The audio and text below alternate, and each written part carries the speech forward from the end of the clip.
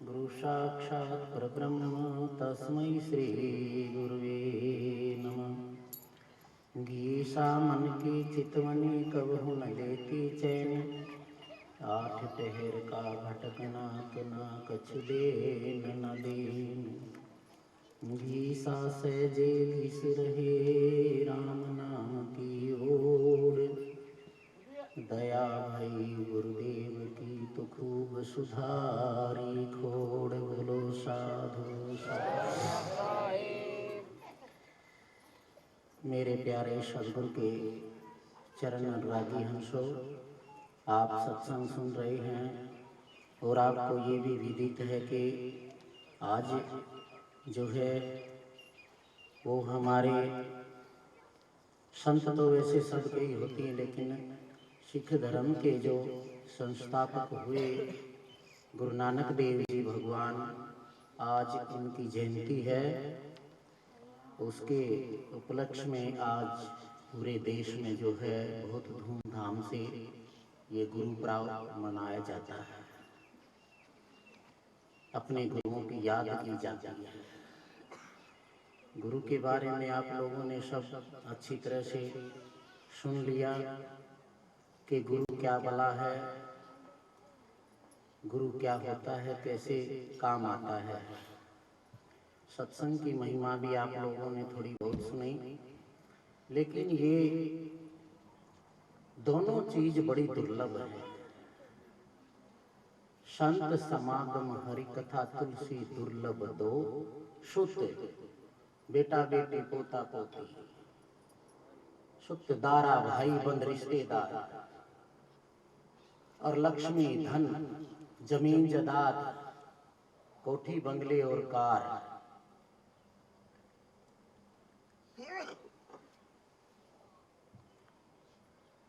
सुत दारा और लक्ष्मी, पापी से भी पापी के पास ये चीजें मिल जाएंगी। थोड़ा बहुत धन मिल जाएगा, थोड़ा बहुत बेटे पोते मिल जाएंगे, और भी कुछ मिल जाएगा, लेकिन ये दो चीजें बहुत ही दुर्लभ मिलती हैं। बड़े भाग्य से तो मनुष्य का ये जन्म मिलता है, बड़े भाग्य मानुष तन पावा।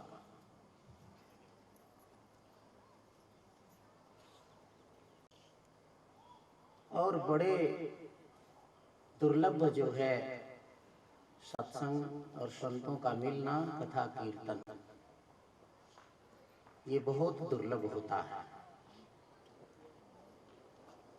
इनको प्राप्त करने के लिए कबीर जी ने कुछ चीजों का जो है वो त्याग बताया। त्याग, वैसे तो त्याग के बिना भगवान की भक्ति भी नहीं होती, त्याग के बिना भजन सुमरन भी नहीं होता, त्याग के बिना आप कुछ नहीं कर पाओगे। कबीर जी कहते हैं तजन बिना भजन नहीं कोई कर। देखो, बिना त्याग के परमात्मा की प्राप्ति, परमात्मा का भजन नहीं हो सकता। दूसरी बात, तजने योग्य जो वस्तु होती हैं अपने जीवन से निकालने के बाद जो हमारे अंदर उधम मचाते हैं, वो निकल जाते हैं तो हमारे अंदर में एक शांति सी छा जाती है। और जब शांति आएगी तभी भजन और सुमरन बनेगा। जब तक मन में क्रांति रहेगी भजन और सुमरन नहीं होगा। क्रांति क्या कर रहा है हमारे अंदर, किस चीज का त्याग करना चाहिए? सबसे पहले तो नशे का त्याग करना चाहिए। बीड़ी से और अफीम तक का जितना भी जो बाहरी आवरण है, जो बाहर का नशा विषा विकार है, आप देखिए एक उंगली में उलझी हुई बीड़ी थोड़ी सी ढीली नहीं कर सकते तुम, तो जो भीतर में विषय विकार भरे पड़े हैं, जैसे आप सुनते हो काम, क्रोध, लोभ, मोह, अहंकार जो दिखाई नहीं देते अंदर में है, आप उनको कैसे ढीला करोगे? बड़ी विचित्र बात है। अब उंगली थोड़ी सी ढीली नहीं कर सकते तो अंदर की ग्रंथियों को, गांठों को कैसे ढीली कर सकते हो? असंभव बात है, बड़ी असंभव। दूसरी बात बताते, 10वां द्वार गगन मंडल में चढ़ने का सबसे पहला मार्ग है मुख्य मार्ग, उस मार्ग से ही चढ़ा जाता है। और वो इतना सूक्ष्म है, इतना बारीक है कि अपने बाल का 1000वां हिस्सा बारीक, इतना बारीक होता है। बहुत से सत्संगी कहते हम तो सतलोक पे भी 3 मंजिला आगे जालिए, मगा तुम कितना नहीं जाली आड़े धरती पे पड़े सो। अरे बीड़ी की छुट्टी मारते हो तुम दिन रात, 2 मिनट बीड़ी बिना ना लेटा जाता। 3.5 घंटे में 3 घंटे 36 मिनट में योग पतंजलि ने अपने योग दर्शन में लिखा कि जीव समाधि को प्राप्त होता है। अब बीड़ी बिना 2 मिनट खागड़ नहीं लेट सकती। बताओ कैसे भजन होगा भाई, भक्ति कैसे होगी।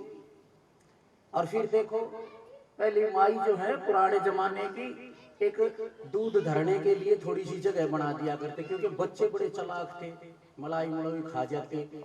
उनते छिपा के और ताला लगा देती, एक हरा सा बना देती बंद, उसके अंदर धुआं होता था रोज, और इतने बड़े बड़े तार कोल के डले से जम जाते उसके अंदर। अब धुएं से देखो इतनी बड़ी सिल उसके अंदर जम सकती है। तुम रोज दे मार बीड़ी धुएं की रखो तो 10वें द्वार पर कितनी परत जमगी होंगी धरे, कोई उखाड़नी आ नहीं। वो व्यक्ति बिल्कुल झूठा नंबर 1 का है जो धूम्रपान या किसी प्रकार का भी नशा करता है। वो यूं कहता है कि मैं भक्त हूं और मैं पहुंच गया। तू पहुंच गया शमशाना में, और कोई तेरा मार्ग नहीं है पहुंचने का। नशे विषय विकारों ने शरीर की छलनी बना दी, छलनी। और बात तो इतनी जानते, अगर भगवान भी आ जाए तो रगड़ के धरते उसने भी। तेरी धूप लगाई, जोत लगाई, इतना घी गालिया था जोत में, चाल कोर्ट में खड़े हो। इसीलिए तो आता नहीं, उसने पता है बनाई हुई तो सृष्टि उससे की है। उसने पता नहीं भी ये तेरी औलाद किसी से, वो क्यों आओगा तुम्हारे सामने। बातों में तो तुम किसी को नहीं जान देते, इतनी बातें जानते हैं। एक कहने लगे बोला सुल्फा तो बाबा जी यहाँ गाया है। क्यों बाबा जी हिमालय थी तो जमा भाई, अपने मन के विकार है। एक कहने बोले लगे बोला छोड़ते जी पर थोड़ी प्रॉब्लम है। वह भी बता दी भाई क्या प्रॉब्लम से। बोले जी सुबह सुबह टट्टी ना उतरे, बीड़ी बिना टट्टी नहीं उतरती। अरे दुष्ट, जित दुनिया नाक धक्की चाल है, अरे तू बैठ कर छुट्टे मारे टट्टी होते, अरे डूब के मर जाओ। और फिर यूं बताइए बीड़ी का धुआं से कोई लोहे की राड से मारे भीतर तो खरी टट्टी का ठोकर बार ना आ जाए। धुआं कोई लोहे की राड से। अरे या भैंस भगतनी के होके पीवे हमारा पेट चो धड़ी धड़ी के पोटियो सारा दिन ठोक दे ठाण में, ये माई रोंग गोबर गिर के। और माँ के घर मत मौका पिया करते, उड़े भी निचले पड़े थे तुम। ये आदतें जब तक नहीं छूटेंगी, जितने भी भक्ति बातें नहीं छूटेंगी, इतना भगत हो नहीं सकता। इसको कहते हैं त्याग। अजल बिना भजन नहीं। बिना त्याग के किसी भी काम में, चाहे तुम गृहस्थ में भी हो ना, तो भी तुम बिना त्याग के कामयाब नहीं हो सकते। बच्चे भूख मर जाएंगे, घर में रोज खड़े रहेगी, खड़ा लठ बाज जाएगा जाओगे जब। एक माई आज आई थी, बोले महाराज जी के गुरु तुमने जो मंत्र बताए थे वो फेल हो गए। हमने कहा कि वो धनी शराब पीता है और रात में 2 बजे आवश्यक अलार्म था और 20 डाल की सब्जी बुझ जगह नाम भी बिरान कितना याद कर रहा है। और आपका ओशो के पतिव्रता ने अपने पति की सेवा करनी चाहिए। पति परमात्मा है। सती अनसुईया थी, नर्मदा थी, अपने पति का नाम लेकर भवसागर पार होगी सारी। पति परमात्मा से कम नहीं, कुछ न कुछ ज्यादा है। यो अपना भरोसा पक्का रखना। बहुत सी माताएं अपमान करती हैं सत्संगन ज्यादातर, क्योंकि सत्संग में बिगड़ भी जा आदमी सुधर भी जा। सत्संगन लगभग बिगड़ी पाऊंगी नंबर 1 की। धनिया नहीं कहेंगी मारेंगी बगाएगी रोटी पिला ले डेढ़ खानी हूं तो खा ले, मैं तो जाएंगी सत्संग में। अब के एक रे बेचारा से मैं कह दे तो घर पाट जा, टाबर पाड़ने से बेगन हो जा। सत्संग ये नहीं सिखाता, सत्संग प्रेम सिखाता है। सत्संग जोड़ना सिखाता, सत्संग किसी को तोड़ना नहीं सिखाता। तभी तो कहते हैं कि सत्संग में आके पापी से भी पापी आदमी पार हो जाता है, क्योंकि सत्संग में बातें ऐसी होती हैं, बातें ऐसी मिलती हैं। तो सबसे पहले अगर सत्संगी बनना है, नाम लेना है, गुरुमुख बनना है, तो सबसे पहले अपने आप को साफ करो।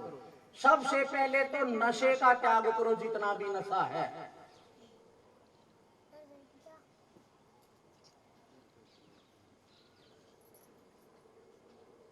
अभी हम बता रहे थे कि कह देते हैं भी नशा संतों का आया है और बोला सूटा मार्ग सीधी सूरत लग जाए है परमात्मा में, सीधी लो लग जाए परमात्मा के अंदर।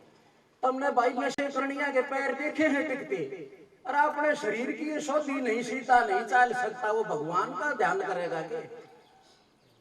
जिसने अपने शरीर का ही ध्यान ख्याल नहीं है, जिसने अपनी बहन बेटियों का, परिवार का, बच्चों का ही ख्याल नहीं है, ध्यान नहीं रहता कि वो भगवान का ध्यान कर लेगा उस अवस्था के अंदर। दूसरी बात, कोई भी नशा विषा विकार जितने भी हैं शरीर में गर्मी पैदा करते हैं।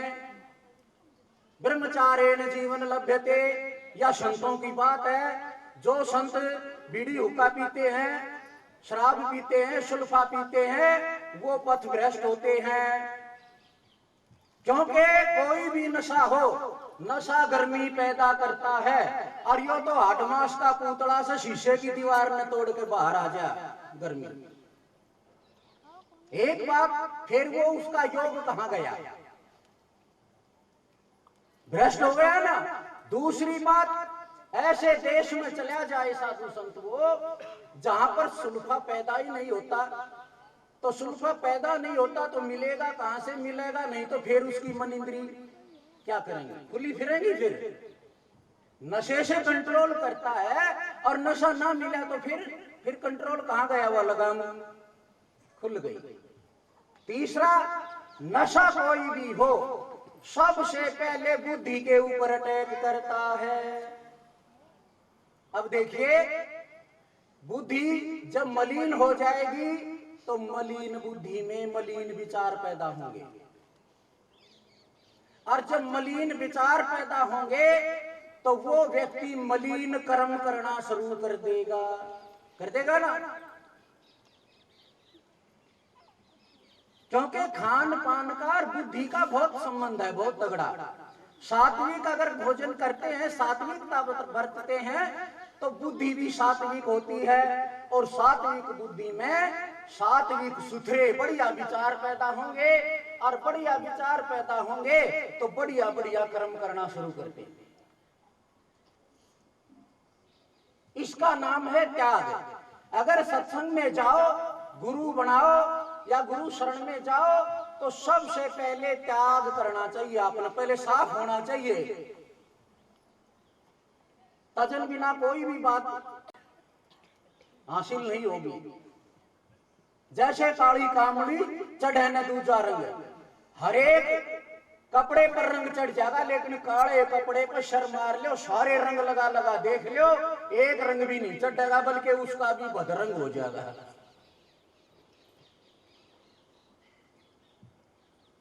नशे विषय विकार वाले जीव पर, मनुष्य पर कभी भी किसी प्रकार का भक्ति का तो रंग चढ़ता ही नहीं उस पर कभी, चाहे कितने उसने वेद शास्त्र सिखा दे। भक्ति ना हो मन चंचल भाई, ऊपर से बुगला उजड़ा मन मैला भाई, टांग टेक मोनी हुआ रहा ध्यान लगाई, और चलती मछली देख गए। बस हो गया सत्संग जी। गुरु गारू सारे 12 पत्थर बार।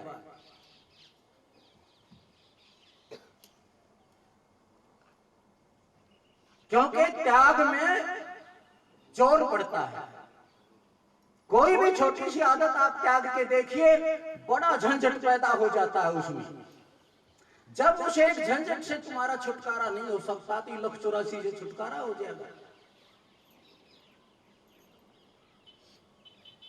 बहुत से गुरु कहते बोले मरिया पाछो मुक्ति हो जाएगी, सत्संग सुनया करो, दान करया करो, मरिया पाछो तुमने बोला कंचन के महल मिल लेंगे। अरे ये झोंपड़ी भी कोई नहीं, टूटी खाट में गोडा पेट में देगी पड़ना पड़ा है राजन। हमने तो अभी चाहिए, मकान चाहिए तो अभी चाहिए, खाना चाहिए तो अभी चाहिए। मरे मोक्ष कहे गुरु लोभी, झूठा दे विश्वासा, मेरे साधो भाई जीते जी करो आशा। वो झूठा विश्वास दिलाने से अब मेरे पाछे मुक्ति हो जाएगी थारी। अरे जब जीते जी मुक्ति ना हुई रे भूत प्रेतो, तो मेरे पाछे हो जाएगी भाई थारी। अरे एक पीढ़ी की मुक्ति ना हो रही थारी, बताओ। और लंबी चौड़ी बात तो छोड़ो, जन्म मरण की मुक्ति तो बहुत लंबी चौड़ी बात है। ये छोटे छोटे झंझटाएं तो हम मोक्ष नहीं पाते, मुक्त नहीं होते, मुक्ति पाते ही नहीं। तो परमात्मा का सौदा तो बहुत महंगा है। इसलिए मेरे वीरों, अगर अच्छी जगह में जाते हो, अपने आप को अच्छा बनाना चाहते हो, बुरा रब बनाना चाहता हो तो भाई चौके कर धरती पाड़। लेकिन अगर अच्छा बनना चाहता हो, मोक्ष प्राप्त करना चाहता हो, सज्जन बनना चाहता हो, तो सबसे पहले ये नुक्ता आपने याद करना पड़ेगा कि नशे का त्याग करना पड़ेगा। दूसरे नंबर पर आता है विषय, विषय और वासना, मन और इंद्रियों का मामला, उससे भी पीछे हटना पड़ेगा। नशे विषय जब दोनों त्याग हो जाएंगे, साफ हो जाएंगे इस शरीर से, जब ये बाण बन जाएगा, बिल्कुल बढ़िया बाण। और जब जिसा भी बीज मौसम के अनुसार बीज दोगे वो जामिया होगा। अब बंजड़ है, बंजड़ है, बंजड़ में कितना है बीज गेर गेर छिकले, झाड़ जाम सके, फसल नहीं होगी कभी।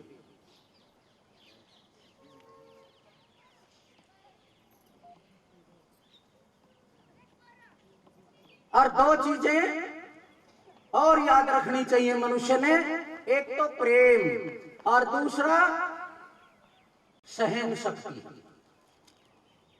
और तीन चीजें स्वच्छ और शुद्ध होनी चाहिए। क्या? एक तो आचार, आचार के हैं अपना आचरण। एक विचार, अपने विचार बिल्कुल शुद्ध परम पवित्र होने चाहिए। और एक व्यवहार, मनुष्य का व्यवहार साफ सुथरा होना चाहिए। आचार, विचार और व्यवहार, प्रेम और सहन शक्ति, मनुष्यता आ जाएगी हमारे अंदर, पशुता खत्म हो जाएगी। पशुओं की तरह लड़ते हम, टक्कर बाजा खड़ी। प्रेम का तो नाम ही नहीं, शांति का तो काम ही नहीं। कोई बड़ी बूढ़ी पेशे की तो खाट में खूनों में पड़ी हो शांति नाम की, बाकी आजकल तो कोई शांति नाम धरना भी पसंद नहीं करता छोरिया का। अच्छा वो तो जमाना आया।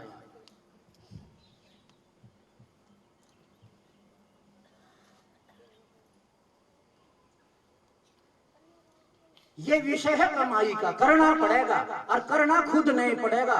बहुत से कह देते गुरु बना ले बेड़ा पार हो जाएगा भाई, बस नाम ले लिया, झूठ बोलने का, ऐब करण का लाइसेंस बनवा लिया, परमिट मिल गया भाई कि मैं कर भगत जी हो गया तू, बस छुट्टी तेरी।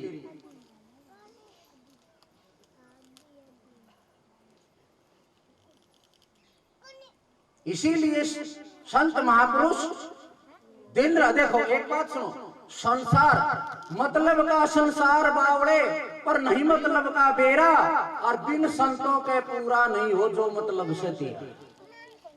सारी दुनिया मतलब में लगी है, लेकिन इस मनुष्य जन्म का जो असली मतलब है, मकसद है, वो परमात्मा की प्राप्ति करना है, भजन करना है, ताकि ये मनुष्य जन्म सार्थक हो जाए।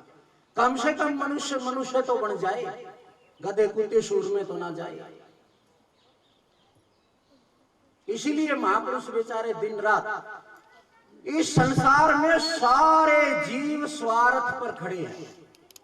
एक महान पुरुषी सज्जन पुरुष ऐसे हैं जो परोपकार करते हैं, उन्होंने कोई लेना देना नहीं, लेकिन फिर भी वो हर जीव का भला चाहते हैं, कल्याण चाहते हैं, अपने तन से, मन से, कर्म से, वचन से, वाणी से, कि जीव का भला हो, कल्याण हो जाए।